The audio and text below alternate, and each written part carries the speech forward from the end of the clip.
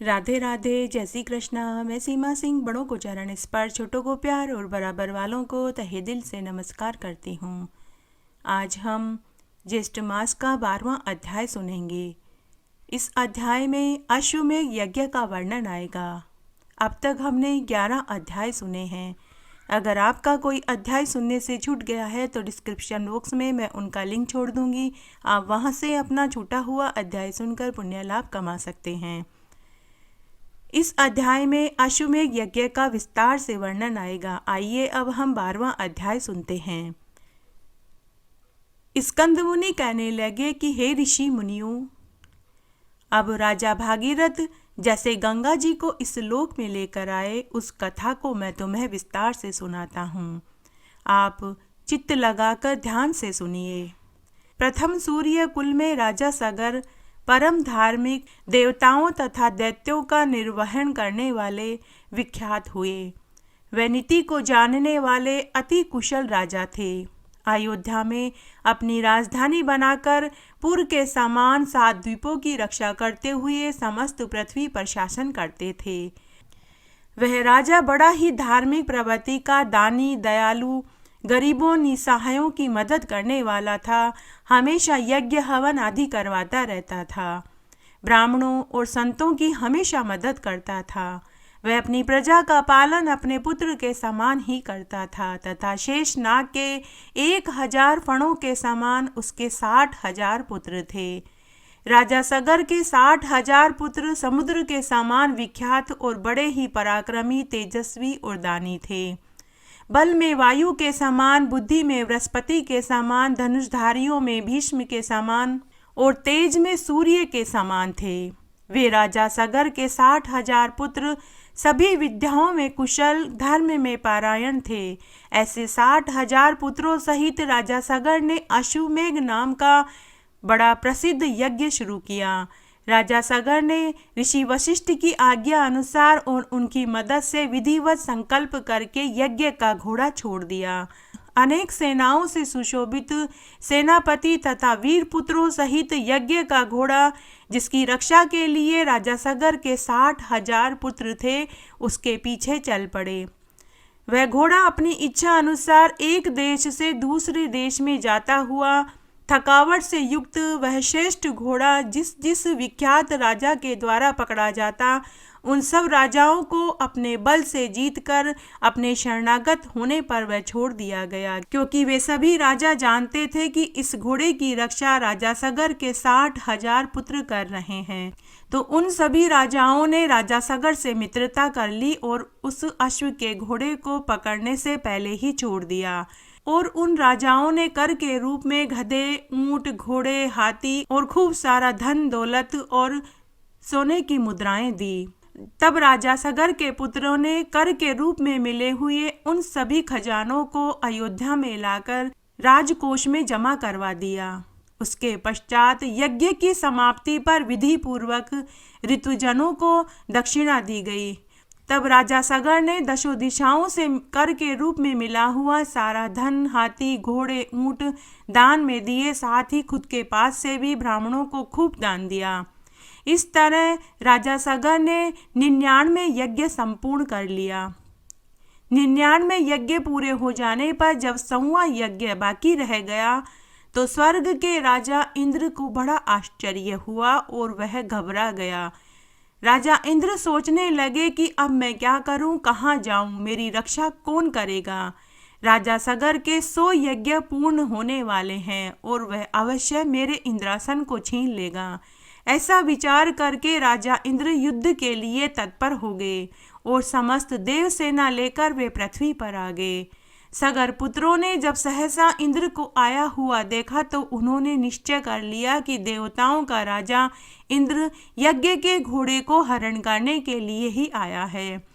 60,000 राजा सगर के पुत्र इंद्र के पास आए और आदर से नमस्कार करके शांति वचन से बोले कि हे इंद्र राजा, हे स्वामिन, हे शचीपते, आपका यहाँ किस कारण आगमन हुआ है।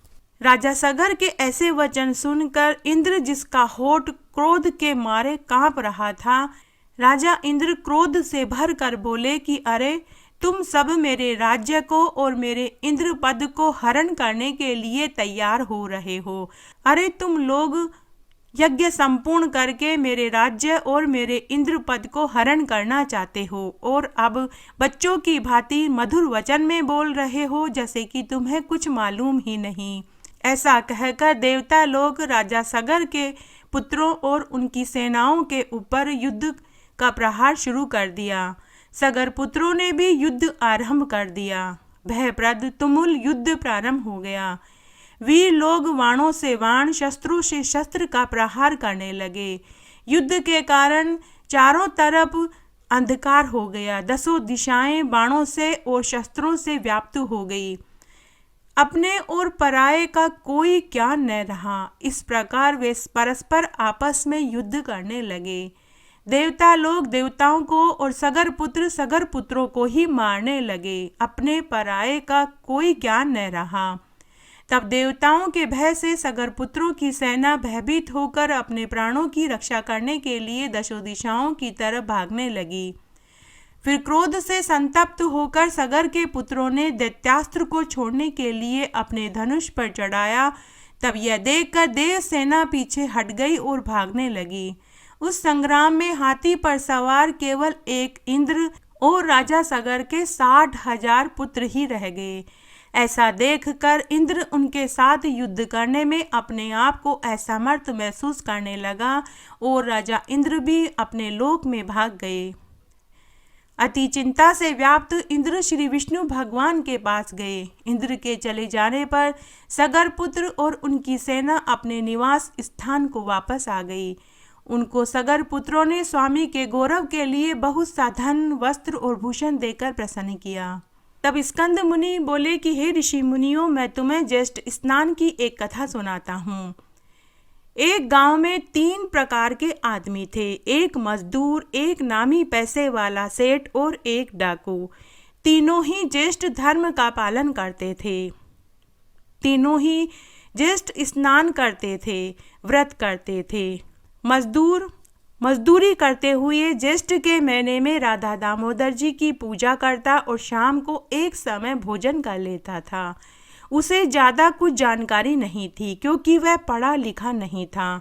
उसे कोई पूजा पाठ मंत्र नहीं आते थे, परंतु ईमानदारी से कमाता हुआ वह अपने परिवार का पालन पोषण कर रहा था।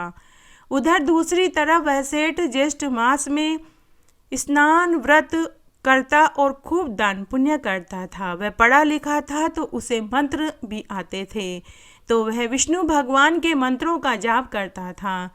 वह सेठ सभी कार्य ठीक करता था, लेकिन उसे दिखावा करना बहुत पसंद था। इसलिए वह जो भी दान करता था उसका वह पूरी नगरी में ढिंढोरा पीटता था।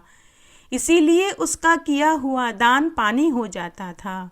तीसरी तरफ वह डाकू जो कि ज्येष्ठ स्नान और व्रत करता था, लेकिन पूरे ज्येष्ठ मास में स्नान और व्रत करने के बाद भी उसका जो काम था वह उसे पूरी ईमानदारी से करता था। पूरे ज्येष्ठ मास में वह लूटपाट करता, चोरी करता, डकैती करता, मारपीट भी करता था।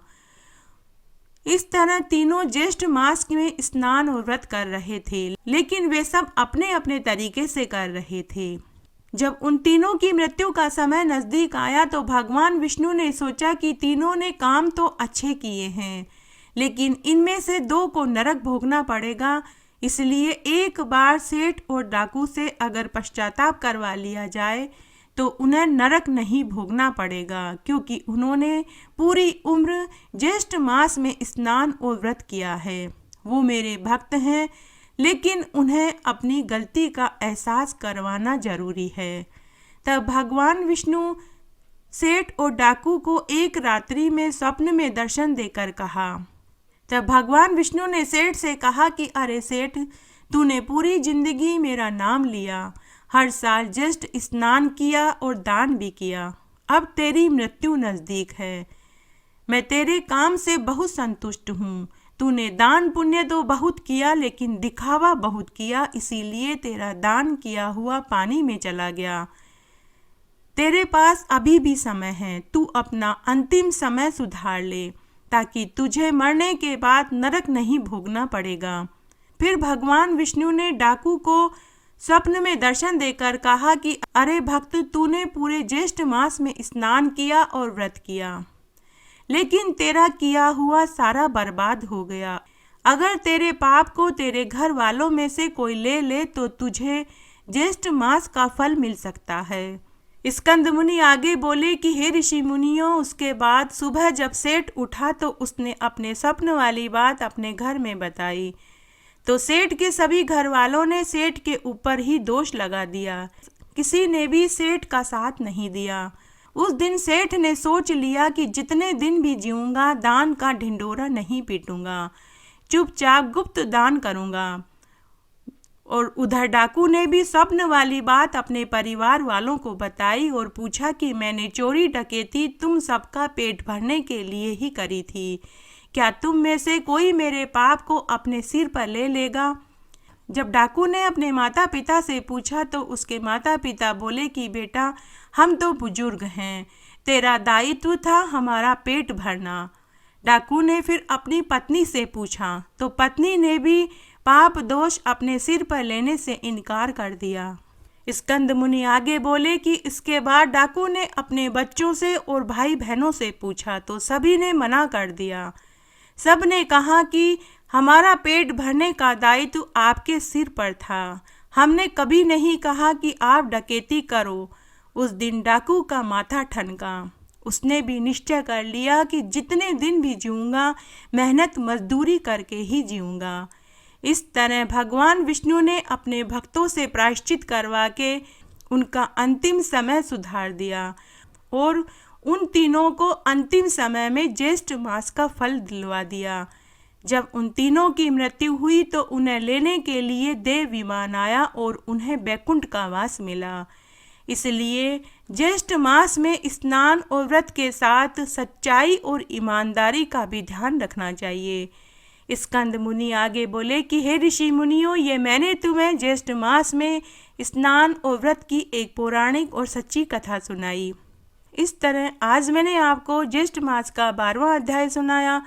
अगर आपको यह अध्याय अच्छा लगे तो इसे ज़्यादा से ज़्यादा लाइक करें, अपने दोस्तों और रिश्तेदारों में शेयर करें ताकि उन्हें भी ज्येष्ठ मास का स्नान और व्रत करने का संपूर्ण फल प्राप्त हो। और हमेशा की तरह अगर आपने अभी तक मेरा चैनल सब्सक्राइब नहीं किया है तो कृपया मेरा चैनल सब्सक्राइब करें ताकि मेरा आगे आने वाला वीडियो सबसे पहले आपको मिले।